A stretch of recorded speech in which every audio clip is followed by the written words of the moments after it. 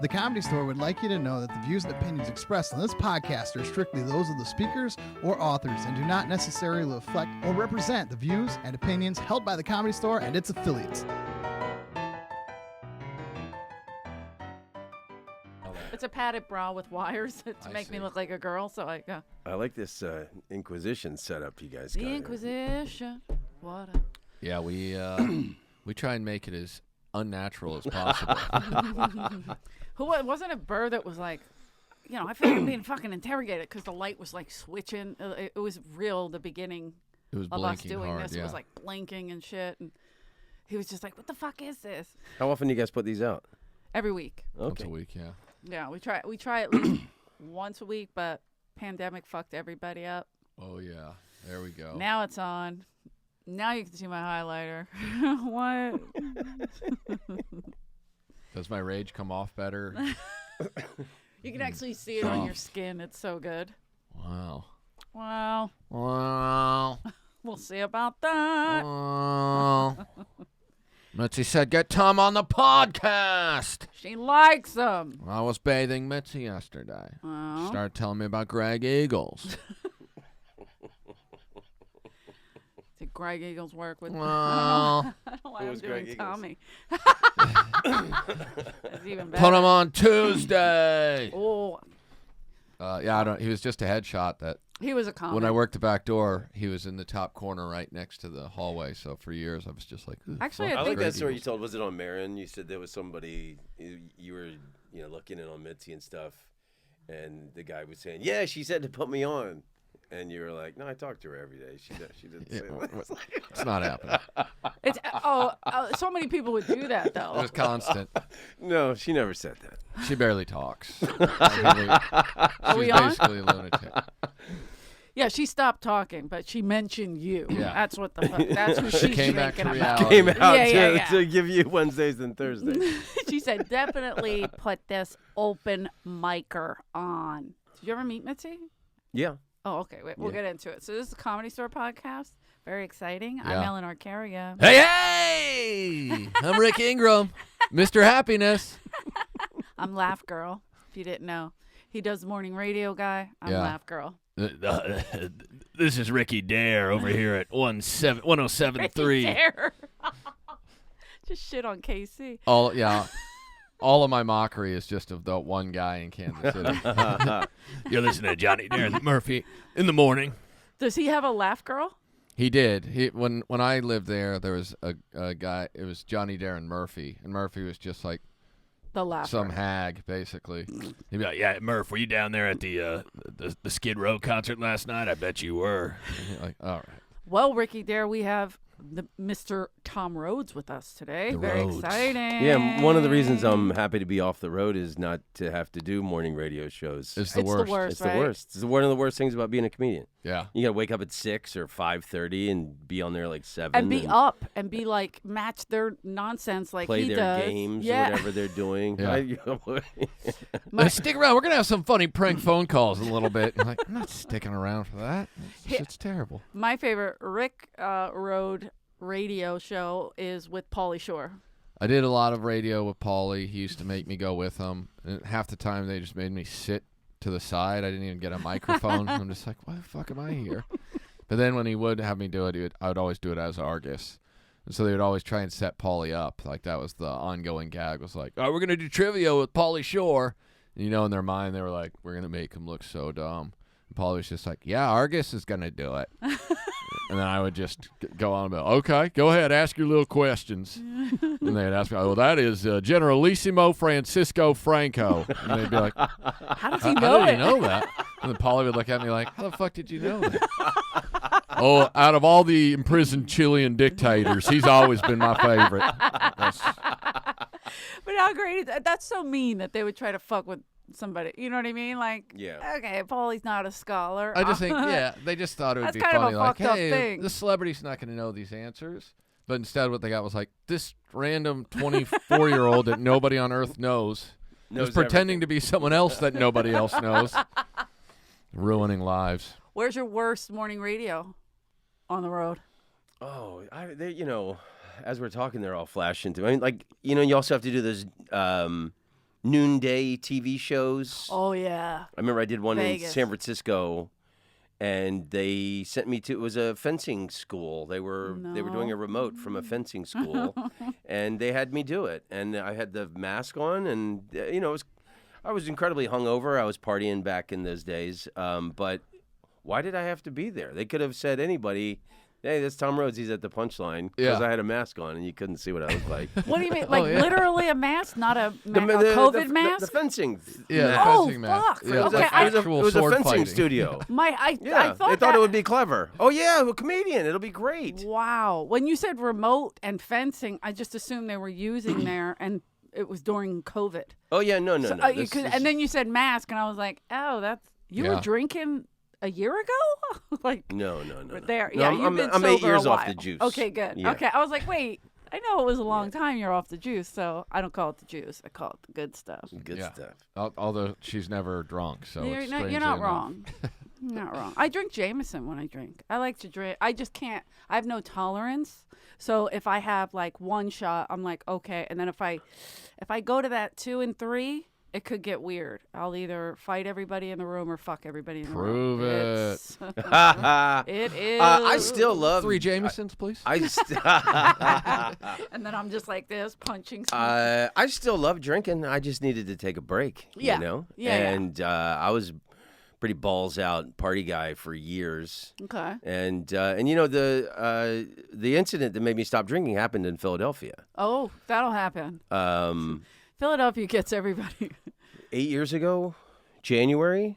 New Year's Eve was on a Wednesday, I believe. There you go. So I was at Helium Comedy Club, and then I had January 1st off, Okay. and then the contract had me stay for the Friday, Saturday.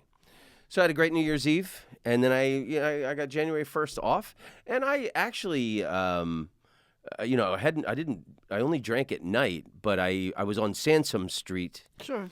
Where Helium is. Real drinking man's bar. Little. The little Irish pub right there. There's a bunch. couple little old Yeah. school working man bars, Mm-hmm. and I had 10 pints of Sierra Nevada, Okay. which was a normal evening for me. Wow. And Wow. That's heavy beer, too. I mean, I don't. yeah, It's good, but I don't think I would be able to drink 10. I would be so full. Pints. That's impressive. yeah, and I just kind of blacked out and fell off the stool like a tree and busted my head open on an tile floor.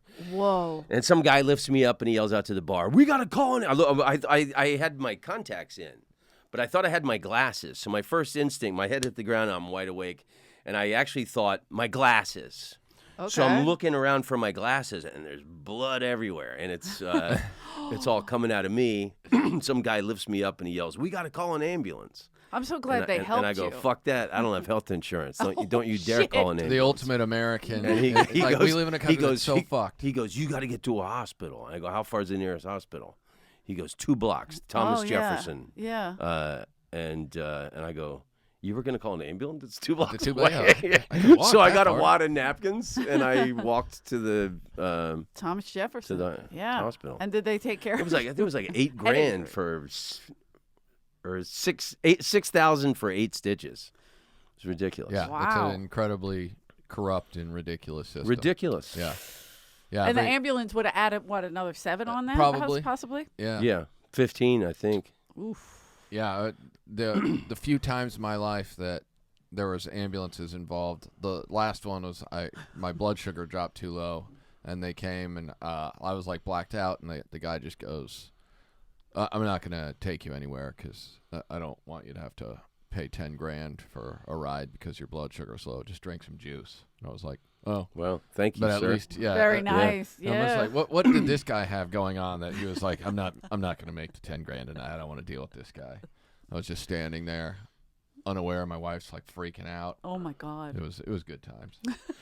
But yeah, every time I'm like, how do we live in a place where the emergency vehicle to take you to save your life, people are constantly just like, no, I can't afford that. Yeah, that was my first Wow. thought. Yeah. You know, like I had And a you're walking, like just- you get a root canal in the States, it's like $2,000.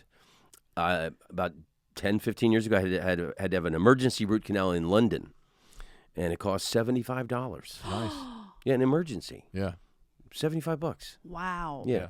No, that was New Year's Day that happened? Where you No, were it was January 1st. New Year's Day. Yeah, New Year's Day. Yeah, so they were probably like, oh, this is another fucking idiot from the Mama's Parade that just got beat up for making fun of somebody. Do you know, on the What are you walking they around? have a Yeah, giant parade on Broad Street. Yeah. It's a great parade. Yeah. A lot of blood there, though. Yeah. I got to be honest. Yeah. I've seen a lot of blood. Yeah, and I've seen it. I've of done New Year's fights Eve in break Philly out. a few times, and like people are hammered at they're 10 probably in the like, morning. Where's your dress? But mine happened at night. Mine was. Oh, okay. like, Okay. Oh, that's probably damn. like midnight. I've never seen a good parade. These are they're pretty creative. The Mummers Parade. Like I hated it when I was a kid because what the fuck is a mummer? they dress up in these big feathers, and it was always It's like guys. some old guys club guys thing. in dresses. Oh. It was they never had women, and now they have women, and everybody's like, they fucking ruined it. Yeah. Yeah, this is supposed to be a bunch of men dressed up like lady boys. What's going on here? Hasn't anyone ever heard of tradition? The comics always came down first. Those were the first, and they were just silly and would mess with the crowd. But they were wasted by the time the Mummers came down. So.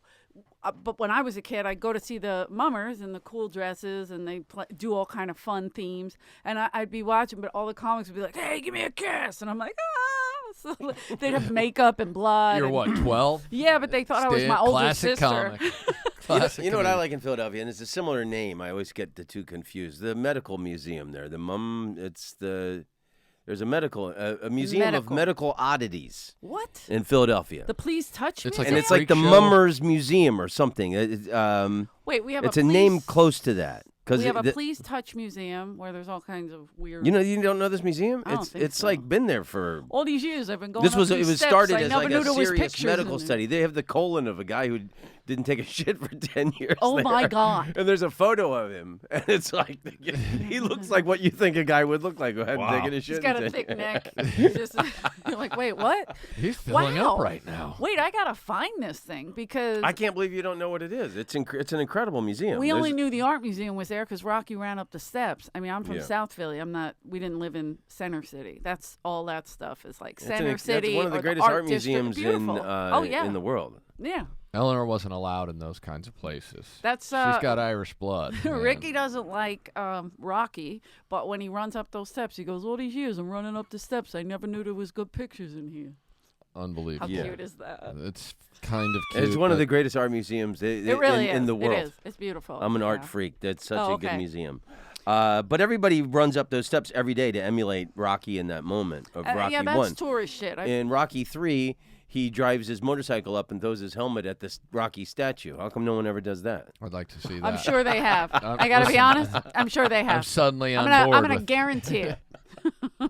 Especially right now. I just got on board with something Rocky related. I want to see more tourists driving motorcycles upstairs. By the way, that's not tourists that'll do that. We got to watch the one where he Locals. fights the Russian guy again. That's the Yeah, only good time. one. That's the only good one. I've been Ivan, saying it beat. for years. That Rocky speech IV. he gives in, I think it's Rocky 4. If I Yeah. if Hey, I come can on, man. change, then Are you you trying can to get me wet? change. Everybody can change. Stop hitting on And me, then Rick. it's just a bunch of disgusting Soviet trash cheering on this Italian-American pile of Oh, garbage. how dare you? This is all sacrilege. Sacrilege. Mm-mm. Anywho. I'm just glad. Honestly, I'm so happy that Russia is back in their villain role. As the bad guys. It's Oh so my good, God, so totally. nostalgic. Like it Totally. feels so good to just be like, we can hate Russia again. yeah.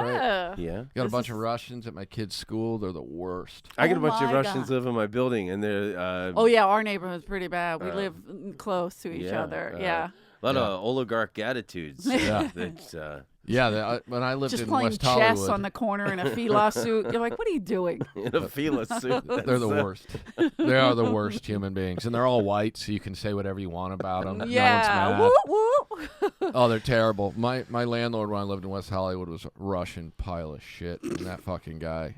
He's just always just lies. That's all they do is just lie. Rick, this is mean. This Well, is racism. I was doing a line after 2014. I don't know if you've ever seen that documentary, Winter on Fire. It's all about No. Ukraine and what Russia did in 2014. unbelievable. Oh, It's wow. a Netflix documentary. I think it should be mandatory viewing. Okay. What the Ukrainians already have been through with the Russian people. Yeah. So I was doing this line because I always ask if there's anyone from a different country because I've got usually a story or joke. Right, you've about, traveled about everywhere. We're going to get into that.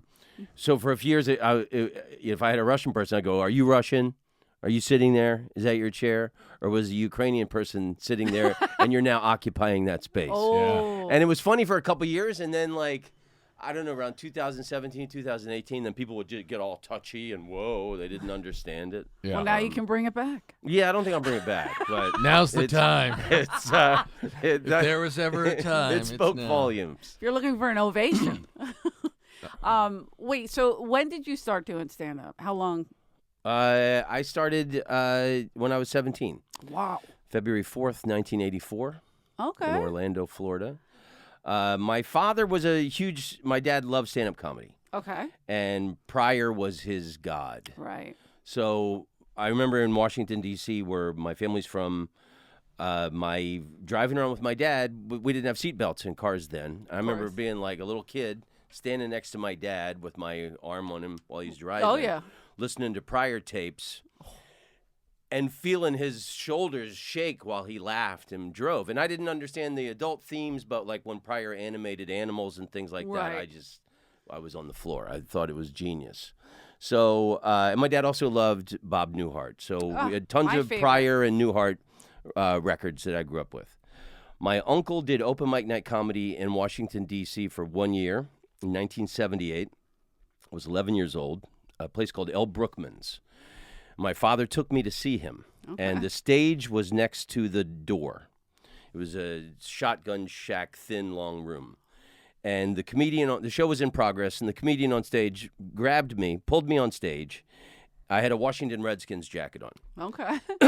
and he interviewed me like I was the coach of the Redskins. Wow. And I was 11, and I just gave bashful, dopey little kid one-word answers, no and yes. But I'll never forget standing on that stage and seeing all those happy people with their heads thrown back in laughter and all the teeth in their mouth. Wow. And that moment changed my life forever. From that moment on, I never wanted to do anything else. And I know I've romanticized the memory, but because it's D.C., I just remember black people and Latin people and Asians. And to me, when you did stand-up comedy, diverse you were crowd. speaking to the world. Yeah. You know, so I became like a student of comedy after that. Watched with my dad a lot. We watched, all the HBO specials, and we'd talk about them. And I would circle the TV guide when Carson and Letterman, whenever Were there was those your people, like who you I looked loved up Carson. to? Carson. Yeah, and then Letterman when I was in high school. Oh, wow. Yeah, came on, and I mean that was fucking the edgy, best. I edgy loved- rock and He roll. was here. He was here Monday night. Was he really? Yeah, and they were like, Letterman was? yeah, they go, Letterman watched your set. I'm like, he did? But he was watching Marin, who was on before me. It was Tammy Jo Deeran's show. No, he had he No, had he's an edgy idiot. alternative comedians on, emo. Yeah, and- he definitely did more. Letterman did more for comics. You know what I mean? Like he would put a lot of comics it was on. a different style I of feel like comedy Leno too. didn't do as much. Not Leno. I'm talking about Carson. Oh, Carson. had. Oh, I Carson loved, did loved everything. the. I'm saying Letterman and Leno, it went down a little bit, but Letterman did more, I think, Yeah. for comics than Yeah, Leno and there was a more edgy style of comedy. Mm-hmm. It was a different vibe. So a Letterman audience would definitely like edgier comedy more Yeah. than Jay Leno's fucking I was bread in high and butter school. comedy. I used to write letters to Letterman, hoping That's they would get so read on funny. viewer mail. Did it ever? No, 'Cause never read one. I feel like I heard somebody tell a story where their letter got read, Oh. and I was like, "Wow!" This is some bullshit. I was. We're gonna find out who it is, and we're gonna ruin their life. I want to say it might have been like Ted Alexandra or something, I one of don't the New know who York that guys. Because I just remember seeing a little clip, and I was like, "Oh my god, that's so funny!" Who's like, Ted Alexander? Oh, yeah, Alexandro. He's very funny. Terrific. In New York. He's brilliant. Yeah. He opens for Jim Gaffigan a lot. He's clean, very funny. Yes. Wonderful, Smart. wonderful Yes, guy. very smart. Not so, into it. You better calm down. You'd like him a lot. So when I was 12, my family moved to Orlando, Florida, and I went to see Jay Leno at this jazz club. I snuck in. I was huge. Rodney Dangerfield was my god. From Rodney's great. Like the way other guys, young guys were into bands and shit. Rodney was my absolute god. That's amazing. And I knew every Rodney Dangerfield joke from like 14 to 16. And I got to see Rodney once. He was hammered, and Makes sense. the show was horrible. But it didn't matter because I was in the same room with the guy. Yeah, exactly. And Right. I was So it was I was like later. 15 years old. Oh wait, it wasn't later in life. So 15, he was. So I was 15, and I went with this buddy of mine from high school, John Forster, because I didn't have a car, and he was also a Dangerfield fan. Okay. So it was at the Tupperware Theater in Orlando, and the show kind of sucked. But we we knew every joke, and it didn't matter. We were in the same room with Rodney, and the show ends, and there was no security back then, and we wanted to meet Rodney. So it was on the stage, like a high school stage with the steps on the side. We snuck up the side. We snuck behind the curtains, and it's all dark. We're heading towards the one light in the back, and we get to the dressing room. Rodney Dangerfield He's sitting in his underwear and his boxers. He had taken off his pants and put them over the chair, and he's sitting in front of he was already hammered on stage. He's sitting in front of a Miller Lite. Rodney, you're the greatest, man. You're the greatest, Rodney. Rodney, will you sign this, man? And the paper that he signed wasn't even worth saving. He just waved a line of a pen over it. So and then his road manager, I'm guessing, comes up, hey, what are you kids doing here? We just love Rodney, man. He goes, all right, look, you wait out here. He's going to come out here in about 30 minutes out the steel stage door, and we waiting outside. There's a Lincoln Town car waiting for him. And 30 minutes later, the door opens, and it's 3 cement steps from the door to the waiting Lincoln Town car. And Rodney is so hammered, he goes, hey, you kids, you guys give me a hand. And he put one arm around me and one arm around John Forrester. And I'll never forget carrying this old man's torso. And we gently laid him in the back seat as if he were the Christ child. I believe it. Yeah. And I thought, and then, then he drove away, and I thought, I would love to, could you imagine being an old guy that 15-year-old kids Wow. the guy could do no wrong. Yeah. He was I didn't care that he was drunk. Yeah. It's Rodney, man. He was like, these He's kids a are going to rock love star. this. Yeah. Best Hold my night of their ball. life. Yeah. You're like, That's terrific. That's amazing. So when you started stand up, how long before you moved? Did you move to LA first or you started in hit Orlando? the road? Yeah, well, so I've got my first comedy store story. Okay. So I started in Orlando when I was 17, and when I was 9, so I was in 11th grade when I started. And then my senior year, I was starting to do little one-nighters around Florida and shit, There's a lot of But I was places. playing the club in Orlando every weekend from Okay. junior and senior year in high school. Was that an improv or something? No, it was. I'm not trying to curse. I'm No, just- it was called the Funny Farm when I started, The and Funny then Farm. they changed Okay. the name to the Copa Banana. Classic. Still the worst Florida name vibes. for a comedy Such a club great ever. idea. And then Copa- the Copa Banana, and then that Copa became Banana. Bonkers. There's Bonkers. Oh, yeah, is, Bonkers. Bonkers is so Bonkers is a better name than Yeah. Copa Banana. Yeah. So I'm team Copa Whoever Banana. came up with Copa Banana and was like, it's a pun and people are going to love this. I And everyone was mean, just like, no. If this doesn't say comedy. Yeah. So when I was 19, I won this contest in Orlando. Oh, right. Uh, 19 you were. Yeah. Wow. So I graduated from high school, and then I was starting to do gigs all over Florida and starting to do the Southern circuits. And I won the funniest person in Central Florida contest. Whoa. Wow. That's a good region. Not the funniest person in Florida, Central Florida. Central Florida. So, and the Straight grand out. prize was I got a plane ticket. It was a hell of a prize that I won. Yeah. I got a plane ticket to fly to Los Angeles, and the grand prize was I got to do a set at the world famous Comedy Store. And they put you up and everything? They put me up at the Beverly Wilshire Hotel. Holy shit. Damn. I don't know. I had 3 nights at the Beverly Wilshire, so I stayed for a week and got 4 nights, in a much cheaper place. But Right.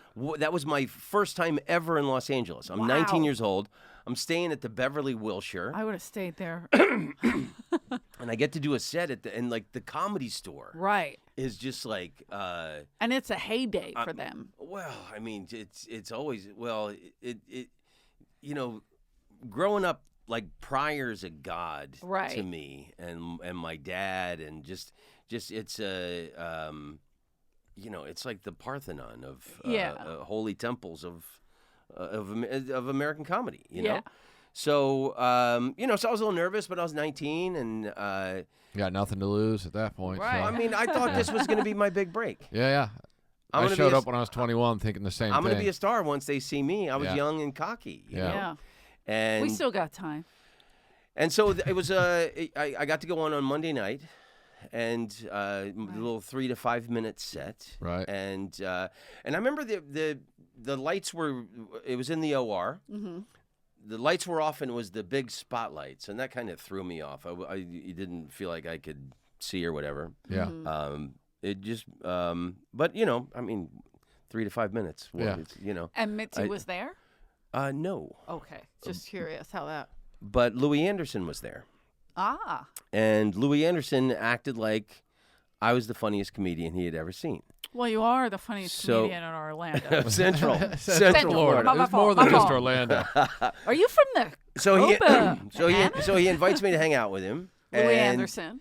And he's one of the biggest comedians in the world. Yeah. And Oh, yeah. This is prime. This is 85, you said? 6? And you're a young fella. Wink, wink. Wait a minute. Okay, so 86, yeah. Okay. Yeah. Yeah. So he invites me to hang out with him, and on the patio, they had lower chairs and tables then. And I remember he's sitting out there, and I'm sitting on his right. And there's like 6 or 8 comedians all sitting around him, hanging on his every word. And he keeps going, have you seen Tom? He's a very funny man. Have you seen Tom? He's a very funny man. I'm like, you know. How old are you? Basking in that. This Yeah. is, oh, my God. This fucking famous Yeah. guy thinks I'm hilarious. Yeah. Just can't get any So- better. At one point in the night, he said he needs to take a drive. Do I want to take a drive with him? And we drive down to Santa Monica Boulevard, and we parked in front of this nightclub for like 20 minutes. We were there forever, it seemed like. Yeah. And he just keeps looking at me. I'm just looking for a friend, Tom. Just looking for a friend. Years later, when I lived in Los Angeles, I find out that The Rage Yeah. on Santa Monica was like, Boulevard "She's is trying one to of the sell biggest you?" gay bars Yeah. in Los Angeles. Cage Dude. dancing. He was showing off his young meat. Yeah. Oh. I was pretty cute when I was 19. Yeah. That's what. As soon as he said it, I'm like, oh, I remember being the 21-year-old doorman and Louis being, oh my God, we gotta get you on stage. Just being like, cool. I just didn't know. I was so naive. I'd already been very sobered, but I didn't know that Louis was also playing the game. Yeah. I always love like Louis. He invited. Remember Brenton Biddlecombe? At all? Yeah. I mean, You gotta come over and swim. Brenton's like, are you having like a pool party? He's like, we could. I'm like, oh, it's just so great. Wow. Well, so then he says, we're parked in front of the Rage for all this time, and then he says he needs to go by his apartment to pick something up. Sure. Would I want to go with him to his apartment? Sure. Who wouldn't want to go to Louis Anderson's Yeah, apartment? absolutely. Oh my God. I am small town hayseed. I grew up in a town east of Orlando called Oviedo. Okay. I am small town hayseed. Just Wow. fell off the turnip truck. In West Hollywood, of all places. I have no idea Yeah. what is about to happen. Wow. I think famous guy wants to be my friend. Yeah. So we go into his apartment, and he had this wall with all these photos of him and famous people all on the wall. And he goes, let me show you my wall of fame, Tom. And we start at this end, and we work our way down the wall. And he's like, this is me and Nipsey Russell. This is me with Soupy Sales. This is me with Kermit the Wow. Frog. And then we get down to the end of the Kermit the wall, Frog. and I'm in the corner. Oh, shit. I'm trapped. Yeah. This is his move. Yeah. And he turns to me, and he goes, you're a very sexy man, Tom.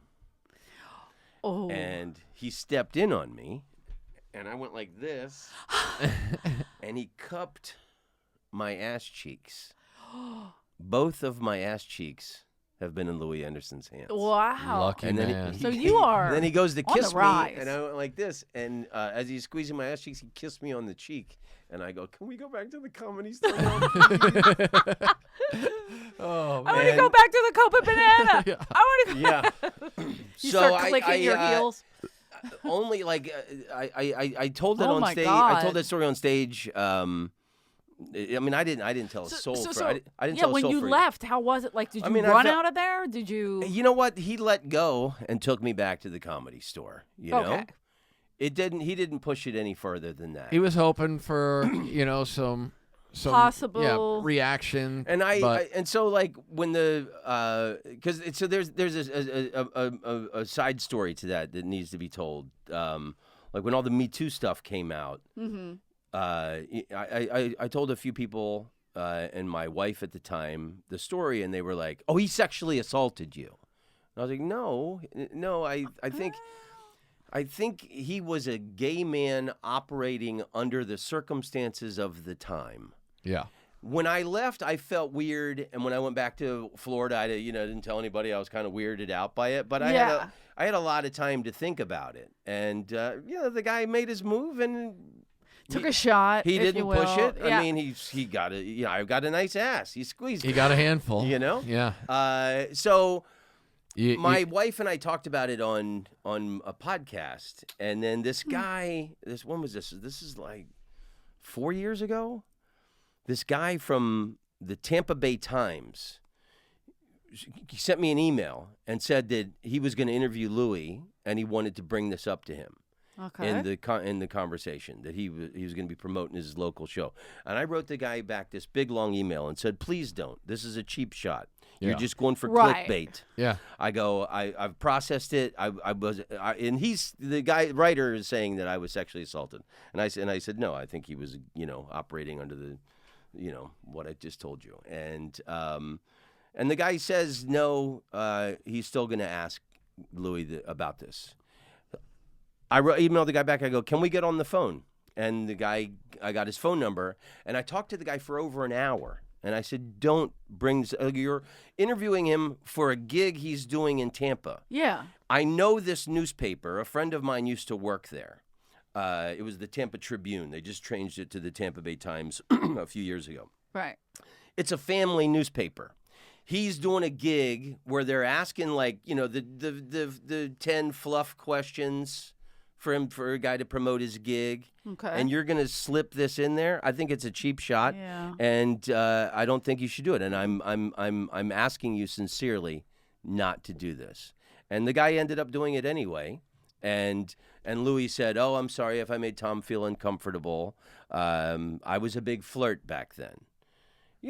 Safe. Yeah. Good answer. Right. Good answer, but like the guy, I think I think that journalist was a real turd for doing that, Absolutely. especially I agree. after Yeah, it's I implored him not to Yeah. on an email and then personally on phone the phone call. call. Yeah. Because now he's taking the quote unquote victim and being like, you know what you think doesn't matter to me either.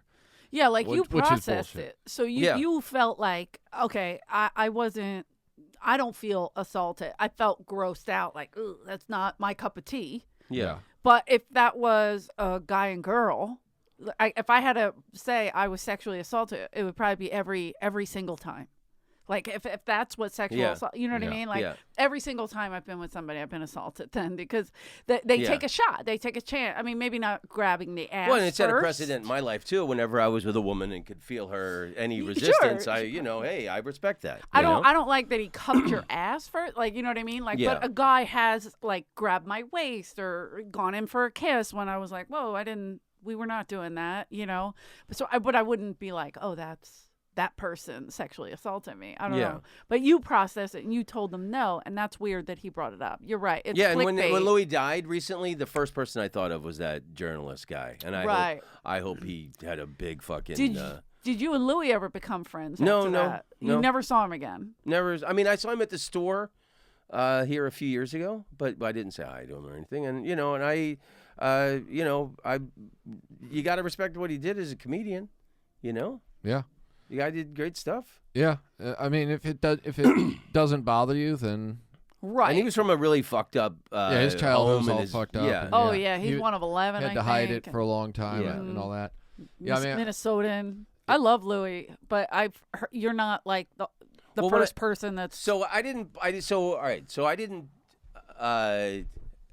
So I didn't play. I had a weird feeling about the store for a while. Okay. After that. Wait, that would put a weird taste in your mouth. That's Yeah. weird. That's actually. But I got that era is I got known to as play here getting again in comedy the stored. 90s, and we'll come back to this. But then the next time I played here, I came with Russell Peters. What? And- That much later? Or wait, what year was that? No, so this is like 2014 or whenever Yeah, I that's- came back and played here in recent years, and I hadn't played here in years, and I told that story on stage, and two of the doormen came up and said almost the exact same thing had happened to them, Yeah. where they had gotten the tour of the Yeah. photos, Right. Wow. The Wall of Fame. the Wall of Fame. Wow. I got another wall of fame over here with all the other fellas I brought today. That's a trap door over there. Sorry.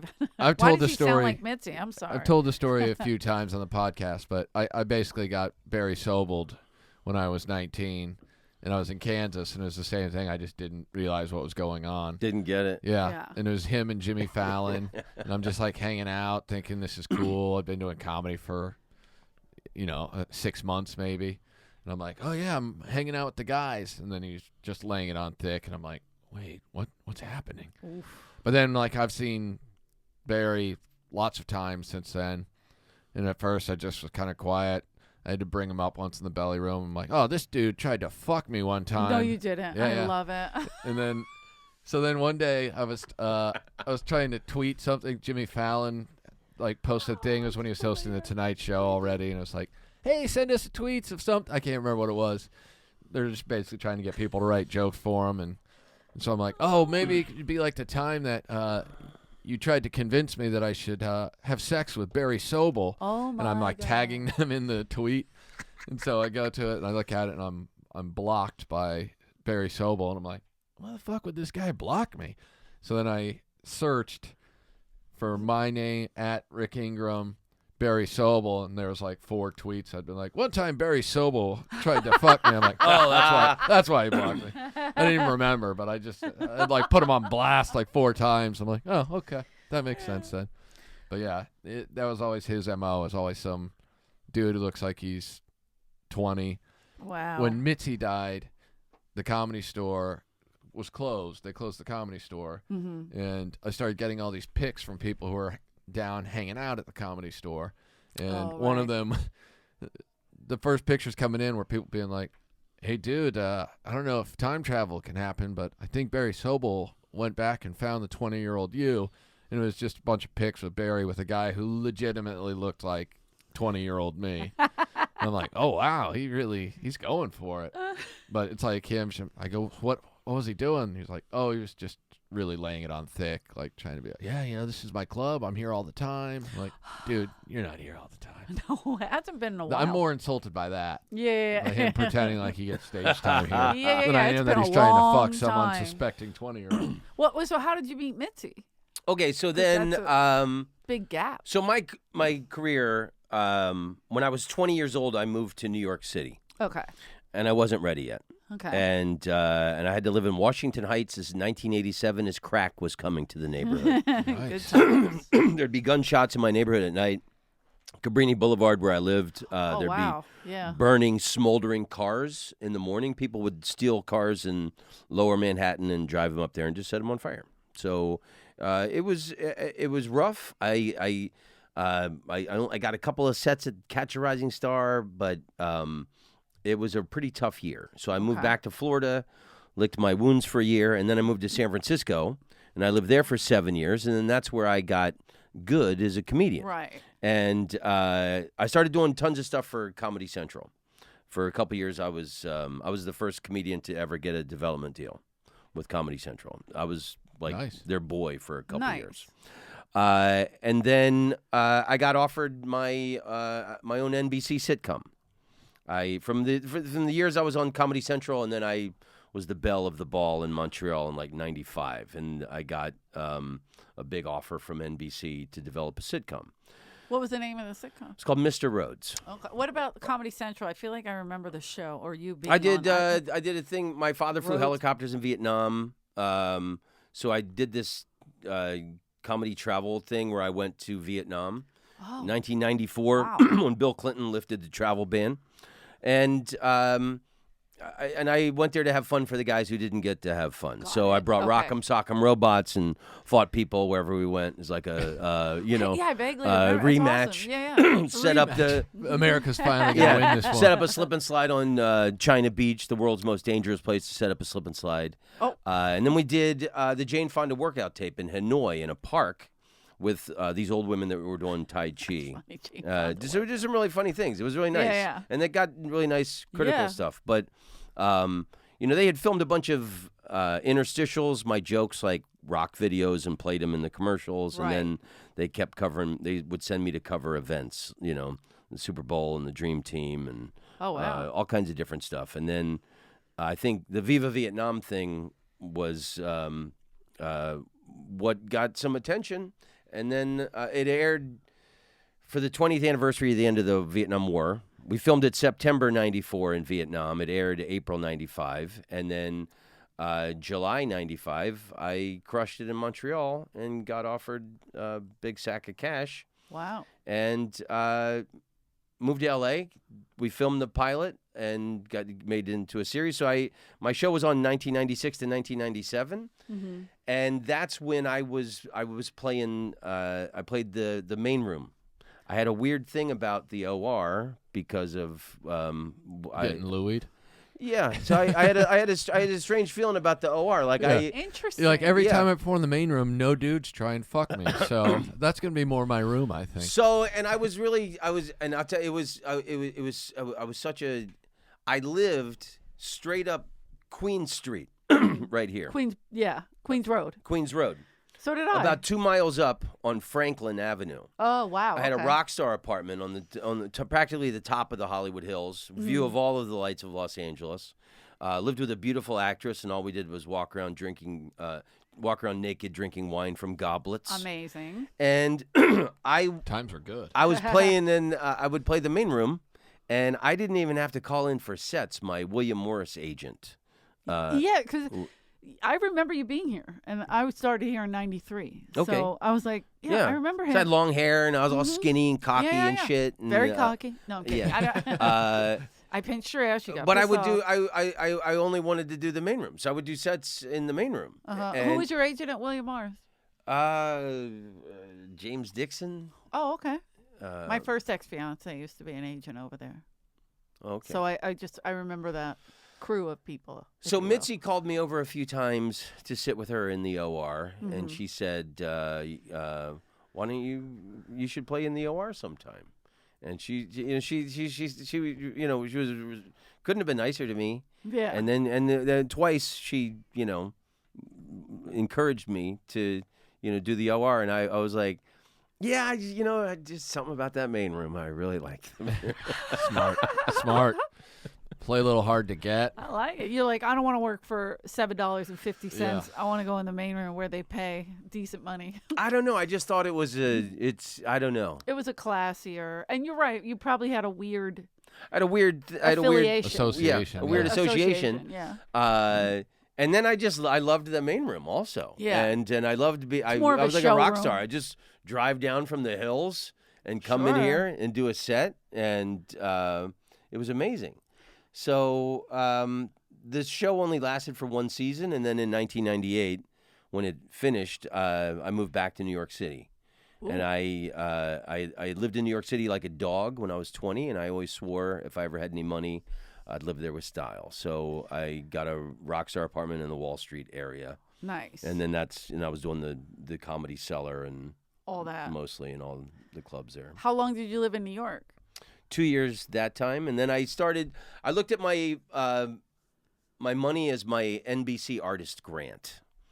So I started taking trips to London, and I got in with London. Good friend of mine, Rich Hall, Yeah, has done great. really well over there. Terrific. Yeah. And Rich he was the one writer I could bring with me on Viva Vietnam. I've known him for years. Oh, okay. And he thought I would do really well in London. And then, so I took some systematic trips over, and then I got in with London. And then I started going over there and doing sets. I'd go over there a couple times a year.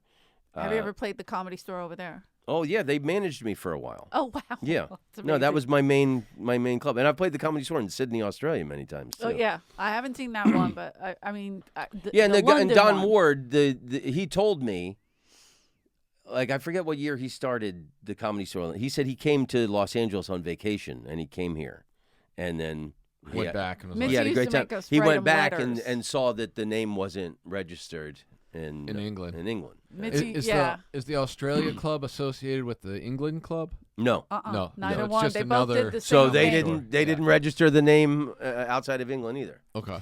Yeah, because she used to make me write letters to both of them and tell them they can't use Cease the and name. desist, yeah. and I was like, you want me to write the letter? Yeah, smart. I mean, Mitzi, I can't even say Can I water borrow your crayon? correctly. Yeah. let me borrow your crayon, bitch. I don't think you want the water girl to. Listen, I don't know what's in the water over there, but you got to change that fucking name. You can't use almost, that name. You almost went Jimmy Pidd there. For a I'm minute. sorry, you're right. Yee. What's over there in the water? Over there. I remember when over Jimmy water. Pidd went to London, and he was like, "Yeah, I'm gonna go over there and just do this like Jimi Hendrix." I'm like, I don't know if it's the same thing. You're 40. Right. Yeah. Yeah. You're not an incredible guitar player. They won't even let me perform. You got to have like papers and stuff. Yeah. Well, there's one American guy, guitar player, Rick Wright. Rick Wright's Oh, over yeah, there. sure. Brian. He's, yeah. he's done great over He's there. terrific. I think he doesn't he have a picture up here? yeah. Oh yeah, he was here for years, Rick. Yeah. When I started, he was here all the time. Yeah, he's cool. He used to once a year. Tommy would send me to La Jolla, and Rick Wright would be the feature act. And the first time I went, I'm like, this is gonna be weird because I didn't know him at all. And he brought his British girlfriend or wife. I can't remember if they were married at the time or not, but super nice. I mean, like Yeah. to me, it's like I'm always I'm always concerned when I have to share a condo with someone. Where Yeah. I'm like, like I did it with Barry Diamond once, and it was the worst. So I'm just like, is this gonna be terrible? But He's singing Four Non Blondes yeah, every I mean, morning. dude, shirt That's always how he off, wakes you up. just barrel-chested man. Ooh, I love the morning. I'm like, are we doing characters right now? What are we doing, man? I'm in the other comic. Just You talk just to do me in normal Argus the whole voice. day. Well, Barry, it ain't gonna work, buddy. Yeah, I got to the condo, and then like maybe an hour later, he showed up with his lady. Couldn't be nicer. And then shows were fine. I always enjoyed it. And then Tommy would be like, "Well, I've got to send him down there. Can I send him with you?" I'm like, as long as I'm headlining and you're giving me headliner money, I don't care who you send me with. Yeah. Honestly. So Did you meet Tommy, the old talent coordinator? No, I never did. Oh. And it's fun. So I got him with London, and then that led to gigs around England and gigs around Europe, and then I met a girl in Amsterdam, and I fell in love with her, and I moved to Amsterdam. And Wow.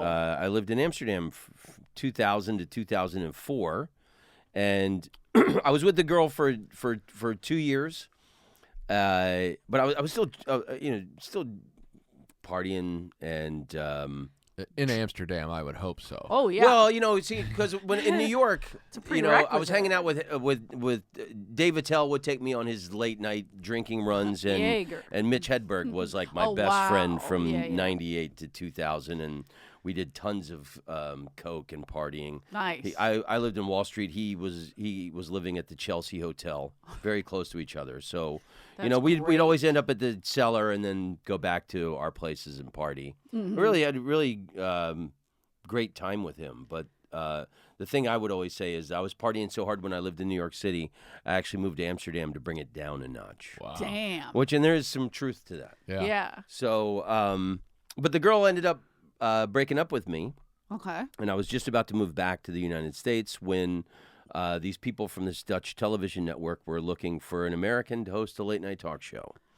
And they had a showcase night at Toomler, the best club in Amsterdam, Okay. and I got the job. So Wow. I had my own late night talk show on Dutch television for 2 years That's In incredible. English. in English, and it was Yeah. subtitled in Dutch, and it was great because I grew up worshiping Letterman and Carson, and to be the guy Yeah. coming out from behind the curtain in the $2,000 suit and stand on the X and give your monologue, sit down at the table, banter with your musical sidekick, Right. and then skit, and every episode, it was all their celebrities could be interviewed in in English, and we had politicians and writers, actresses, everybody. But my favorite thing about the show was every episode we would make a 5-minute film. Big part of the show was I was a foreigner experiencing Dutch culture. Got it. So we would make a 5-minute film every episode where I would experience Dutch culture. Something. Okay. One day I spent with a Dutch farmer Mm-hmm. with wooden shoes on, and I'm helping him. And I walked into an electric fence. He said in Dutch, "Look out for the electric fence," but I don't speak Dutch. And Classic. yeah, It's a fish out of water. Yeah, it was Hijinks, yeah. But it was really charming. Like, and I got a tour of the gay scene of Amsterdam by the guy who does the gay parade. How'd that go for you? It was fun. It was great to be explained all of these things about Dutch culture. Mm-hmm. A former prostitute who helps the women with their taxes and health care Wow. gave me a tour of the red light district, explained yeah. the sex industry, and everything was explained to me about Dutch culture and the way they do their laws and things like that. It was really great. That's incredible. And then when that show ended, the same network let me be a presenter on a travel show for a year on the same network. Okay. So I lived in Amsterdam for 5 years, and for 5 years, and I was on TV there for 3. Jesus. That's pretty great, though. Yeah, and the Get on travel show I TV did a here. highlight on I St. know. Petersburg, Russia, Champagne region of France, Peru. It was I had really had a Yeah, dream you get life. to travel like crazy. That's amazing. So then I moved back to LA 2004, 2005. I was living in Koreatown, and I remember coming to the store, and I didn't. The vibe then was. It was the death years. How dare It was you? like it seemed like it was a lot of bitter New York comedians. I didn't know. Interesting. I just think in New York. Just my comedians. perception. Yeah, I I I get don't. it. Yeah, I don't remember there being any comedians here. 2005. Were you here in 2004, Yeah. 2005? Yeah. Yeah, I got We here both were. in 2002, and Mitzi made me a regular the following year. And there was, shows were so bad in terms of like audience. There was like never anyone here. So We had the Maniscalcos. We had, Yeah. Maj Jabrani. I'm just trying to think of yeah, who hung in there. it Because was- we didn't have an audience. We'd have to wait for 8 people to start the show. No. yeah, it was brutal. It was a lot of. I was happy to get the stage time, but I was getting the stage time because none of the comedians wanted to perform for no one. We had Caparilla. We had a few people Yeah. that were like just semi breaking out. I think Ranazizi and those guys came too around the Ari. Yeah, I'm trying to think yeah. of Ari who was the always women around by were. then. Because I feel like the women kind of left at that point. They were like, we can't. This is I don't awful. remember. I don't remember like names and things. I just remember the few times I came to check it out. It seemed kind of bleak here. Oh, yeah, It what? was. No, you were 100% right. And then I was still on the road half the time, and then I started doing the international circuits. Mm-hmm. So I was like, why live anywhere? So I put everything into storage. My father lived in Anaheim, so I put all my stuff in storage, whatever I had, and I didn't live anywhere for 10 years. Wow. And I would do like 3 months a year in Europe, a month in Asia, a month in Australia, and then however many months all over the States. That's incredible. Yeah, and That's a sweet my deal. now ex-wife used to travel with me. We're still really good friends, but Right. would always like wherever we were, and the Airbnb changed everything. So I'd do like a run in Europe for a couple months, Oh, and yeah, then we'd go to stay. Rome for a couple weeks and rent an apartment. Oh, wow. Okay. I love going to Paris. Always like to linger there. Mm-hmm. So depending where we were in the world, like did a month in Asia, and then we went to Bali for a couple weeks. Where was your favorite? Like I don't know, just to and either for comedy or perform- for For just perform? existing. Yeah, or existing. Like, what foreign city has great comedy crowds? I mean London's London, incredible. I was going to say. Right. And that. Oh, they Ireland, speak Ireland English, is yeah. the best. Ireland has got everyone in Ireland is hilarious. I want to go to Ireland. I Ireland wanna and the perform. audiences are incredible, and it's different than London, because they're more of like a storytelling. All the Irish comedians are all storytellers. That's Yeah. their thing, and where English comedians can be self-deprecating. And London are And terrible then also, people. and then the audiences in England can be very pugilistic, Sure. especially if you're We a remember foreigner. the They'll Irish. heckle you not because they don't like you, but they want to see if you'll capitulate. Uh-huh. Um, And we will. No, you know you can handle it. Yeah. But Ireland's just the Laughter Lounge in Dublin is great, but the Dublin Comedy Festival they do in Ivy Gardens every year is incredible, intense. Wow. And then Galway is one of my favorite places. There's this old famous rock club called the Roshan Dub, which is whatever Gaelic for Black Rose. Yeah. Is it Gaelic? Could be Celtic, maybe. Celtic, thank you. Celtic. Yeah. And then he puts on a festival, the Galway Festival every October too. Every October. Yeah. Yeah, I'm dying to go and perform there. And then I have a friend who she's like, I want to go to, she has a great voice and accent. She's like, I want to go to Ireland with you because you're Irish. Yeah. That's how she talks. It's going to be great. You She's gotta Puerto go. Rican and Italian, so. If you like to drink a lot and laugh a lot, Ireland is the best place. Well, we'll figure it out. But I Yeah. want to do comedy. You know what I mean? Like, now that I do. You got to get in. You can do it. I'll give you their information. Really? Yeah, I easy love peasy, this. lemon squeezy. Woo-hoo, lemon Nice. squeeze. Let me squeeze you. What'd you say? The Sydney audiences are great. Look who's the Louis now. Oh, all right. You could squeeze Hong me. Kong was great, and Shanghai was great. What do you mean was?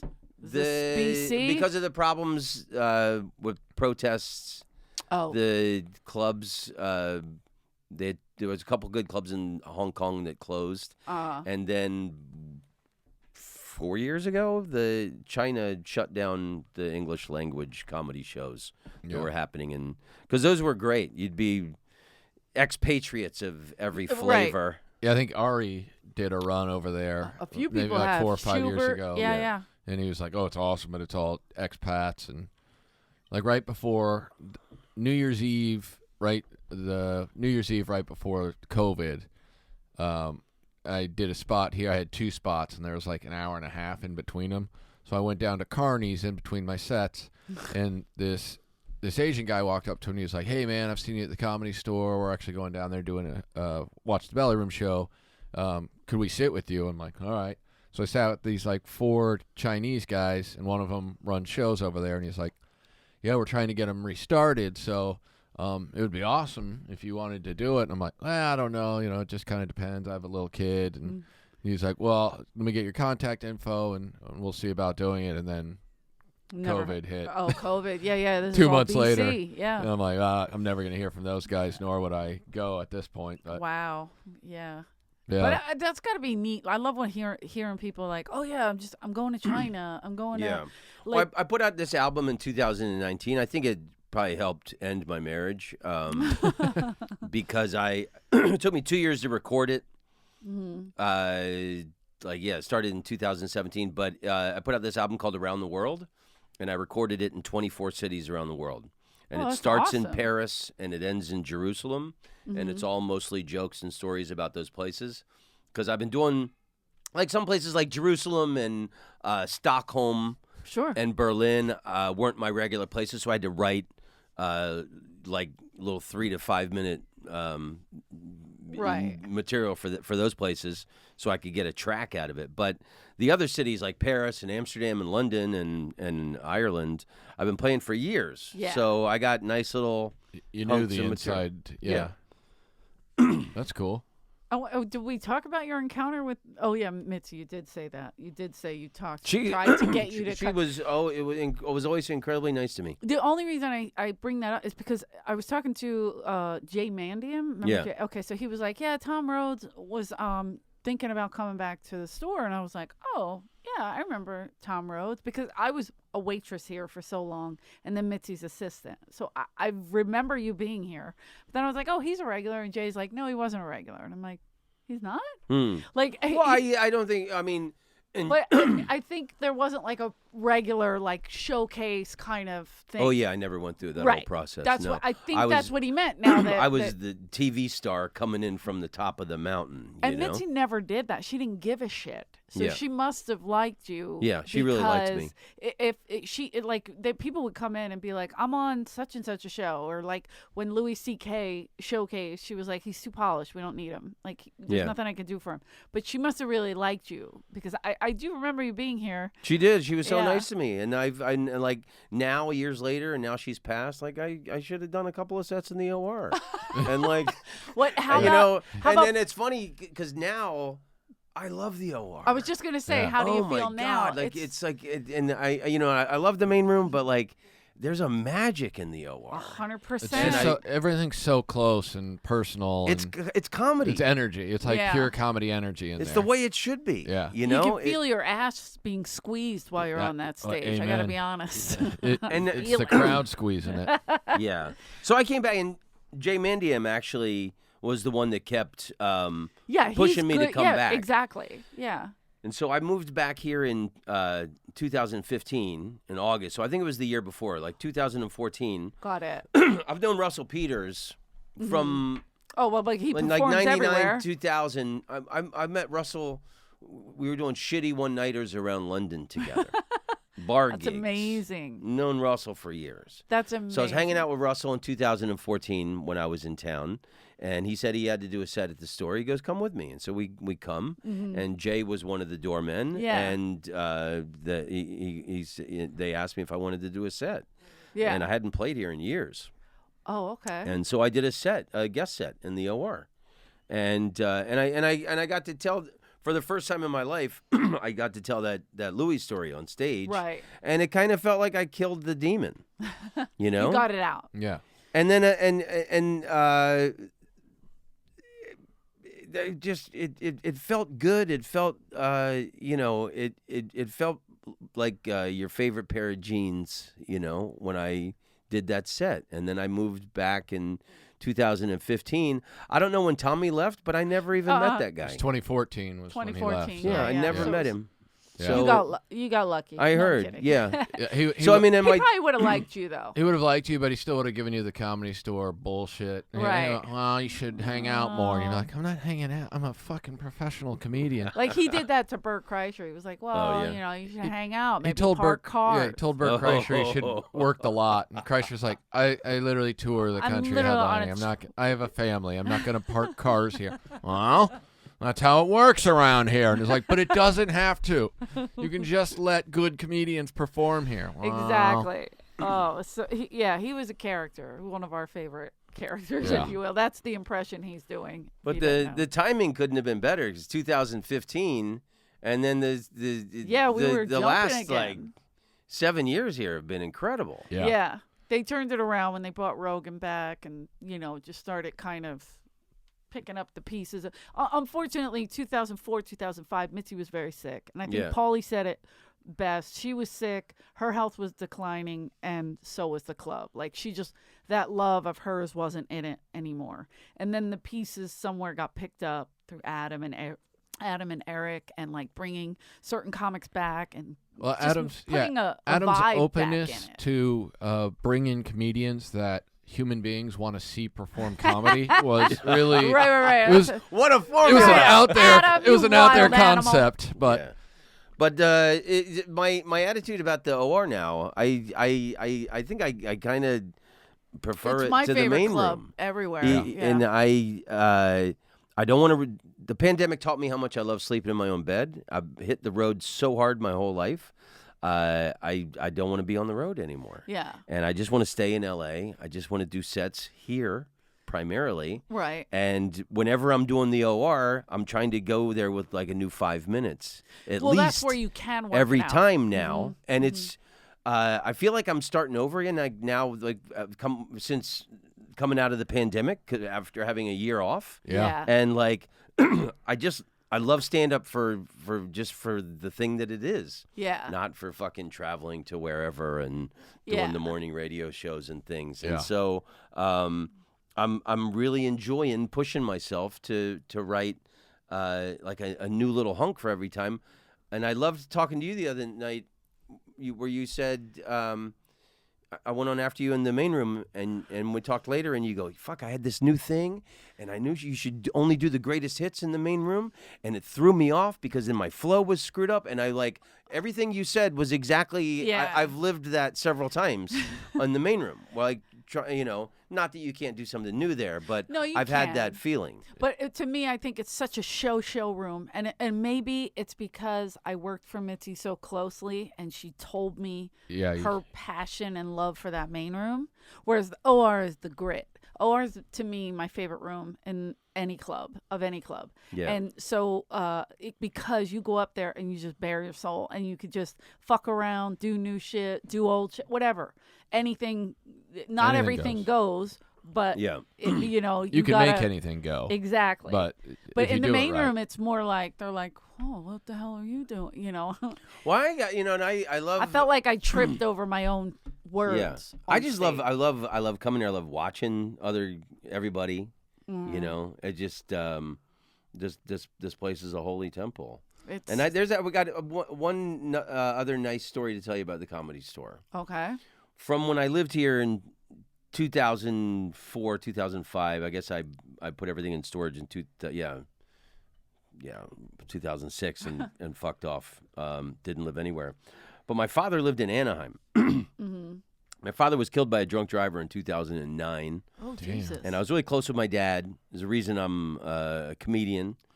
And like I said, Pryor was his dude. So in one of those years, 2005 or whatever, and I wasn't even doing sets here, Richard Pryor was going to play in the OR on his birthday. Oh, he was here. He was here for like a year every Wednesday. It was Monday, Wednesday, and Friday, and then he was. But I saw something listed somewhere that it was his birthday. Yeah. And he would be playing in the OR. Wow. And I got tickets, and I brought my dad. And Pryor was in the wheelchair. He was eaten up by MS. He had to be lifted Did onto Chewy the stage. bring him on stage? Yeah. And I think about this all the time because there's the back seats for the where they let where the comedians sit the bucket seats in the OR. We were sitting on those chairs by that door. Oh, I see. I guess Those- the room was the full or booths. whatever, Yeah, and yeah, they sat me and my dad there.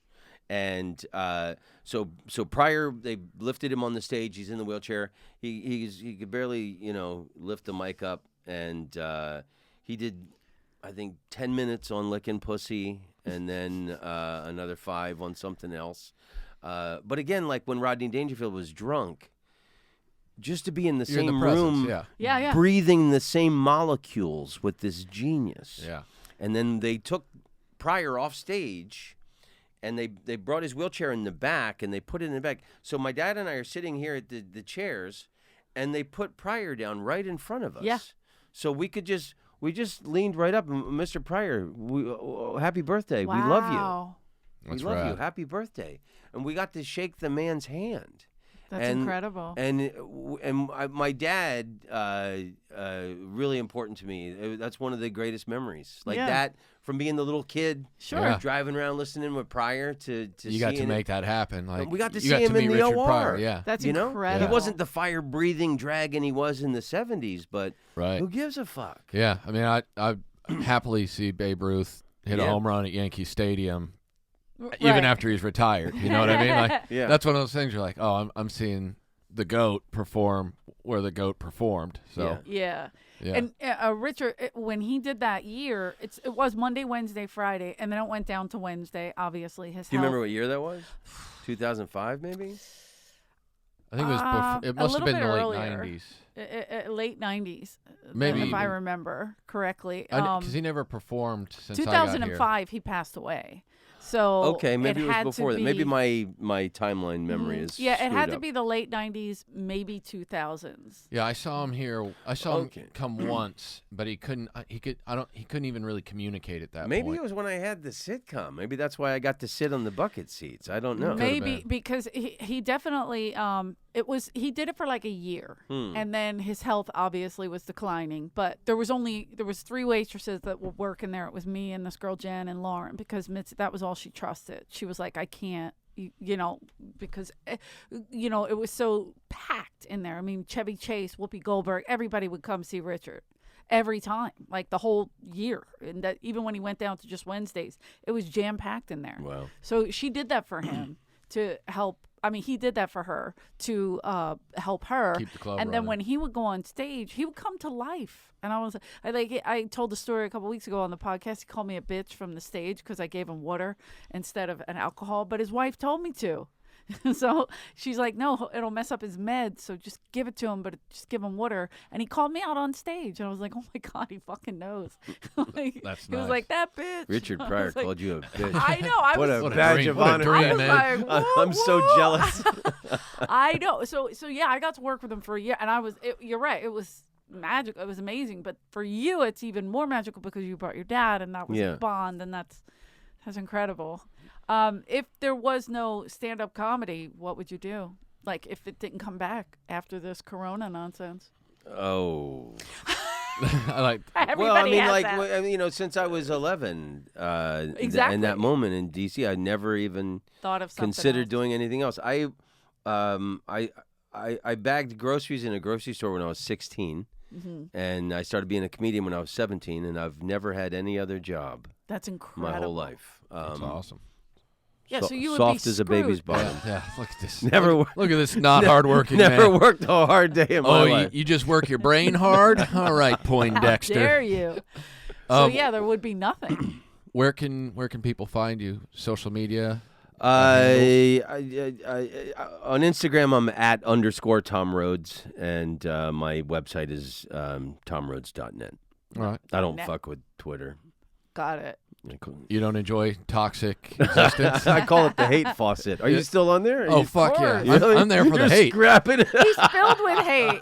This is perfect for I literally him. just get on there at least 5 times a day. I start tweeting shit. Like today, I was going to tweet, all of you are fucking terrible, and it's never going to stop. And then I'm like, who is that for? It's just for me. Why Just am for him. I? Like, I'll get like 20 people who like that, but what am I doing? I'm just burning bridges for no reason because I was mad at my kid. Right. I'm like, I'm gonna. You know what? This is the world's fault. Terrible. Is there anything else you want to promote? Yeah, we're gonna wrap it up. Yeah, no. All right. That's it. Come see Unless you you're not on the perform. road, he's in his own bed. Yeah, so no. I've been working on a project, but he's still working. To on be it. seen. Got it. yeah. No, I just wanted to pay homage to Well, this follow this place Tom that I love. because Yeah. you're funny, and this is. Thank you for Great coming stories. on. Thank Great you. Thanks, stories. man. Appreciate it. Yeah, and I get a thrill whenever, just every time I pull into the lot, man. It just it puts a smile on my face, you know. Yeah. Does it do that for you still, Rick? Yeah, this is still my happy place. Yeah. I mean, I'm angry. Same. I'm still very But it's angry. our It does seem like angry, a happy safe place. island in the world. Yeah. you know. We are the land. And I of realized during the misfit pandemic toys. that, I mean, my whole social world, all my friends are comedians. Yeah. So Yeah. I was fucked for a year. Yeah. So, like, when things opened, and, like, the vibe here last year when they started doing shows again, it was so lovely. Yeah. Yeah, people Everybody were was great. So you're watching like, each don't other take and it away. encouraging. Don't take it away again. Yeah. Everyone it was so friendly. Mhm. You know, there seems to be even a more happy, loving spirit here, I think. Yeah. Yeah. No. That's Mitzi. I remember Marin was like, doesn't the vibe feel better? And I'm like, yeah, I mean, you talk to me now, so it's a sign that things are friendlier Things for sure. are coming around. All right. I Thank gotta you get- I got a so spot, so much. thank you, Tom, brother. Rick, Appreciate it. you want to promote your Listen to my other podcast too, Rick Ingram Talks to Strangers, and come to the Comedy Store. Yes, and I will be in Michigan at Grand Rapids Comedy Club the 31st, 1st, and 2nd. At the Bob. Which one? At the Bob. I don't Dr. know. Grins at the Bob Is at it? Grand Rapids. Yeah. Well, it's Club's Grand been there forever. Rapids. Good yeah, room. okay. I'm excited. Yeah. Go to the Gerald Ford Library. while you're there. Really? It's cool. There's a section where they have all these crazy letters that people wrote him when he was so when he was amazing. president. Fuck yeah. I will definitely do that. Is that what it is? My friend Emilio hooked me up, so he just sent me the clips the other day. But Dr. Grins. okay, it The didn't building say is that. called the Bob that it's in. Oh, okay. We'll Yeah. see. I'm excited. Well, come if you're out in Michigan. Check out my website and like and subscribe. Follow Tom because he's hilarious.